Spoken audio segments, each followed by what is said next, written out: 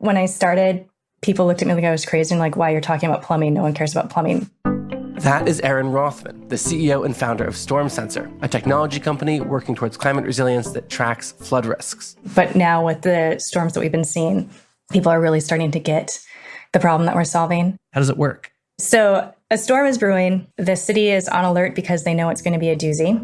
And they start watching their StormSensor network.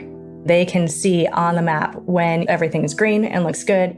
Once the locations on the map turn yellow, their team starts receiving alerts on their phones that tell them where the issues are.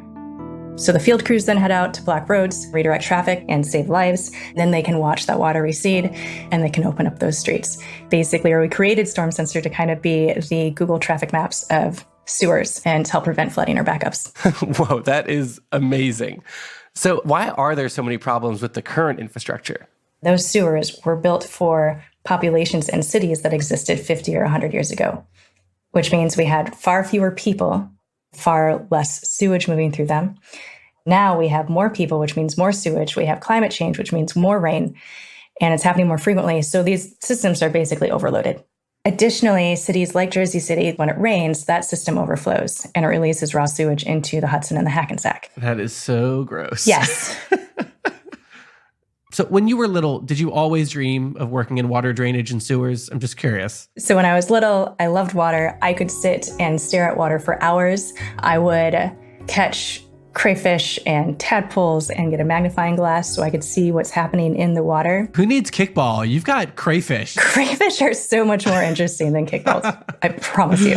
Very good. How has StormSensor directly helped residents who are in these most affected areas? Climate change is already happening, and we've seen the devastation across the world. We can't just stop climate change. We have to also reverse it. So if we have these systems and build it into infrastructure programs that basically address these issues, then we can take on all kinds of storms and all kinds of climate change while we're working on also mitigating it and reversing it. It's so amazing. It's like StormSensor helps us right now. It helps us tomorrow. I think what you're doing is good stuff, Erin, I got to say. Thank you. So how have you been able to scale the business? We met the AmFam Institute for Corporate and Social Impact, and they have invested in multiple raises. The funding has been invaluable. They've also provided a lot of support as far as introducing us to communities in Wisconsin that have the same needs and we can help resolve. Hearing that, I wanted to speak directly with someone at the Institute. It turns out they funded 20 social enterprises, and I wanted to learn more about their interest in StormSensor. So I called John McIntyre, managing director of the Institute. We're a venture capital fund. We're here to make money so we can sustain and grow more great mission-driven startups. So doing business for good. Why does the Institute invest in companies like StormSensor? In the United States, we have these big gaps in different communities based on their income and other background. So we believe we can close these gaps so that we can all have great opportunities to grow as individuals and as communities. And that needs to be distributed more evenly across the United States.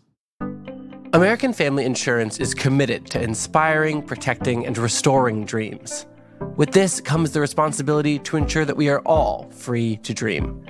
To learn more, visit amfam.com/free to dream. That's amfam.com/FREETODREAM.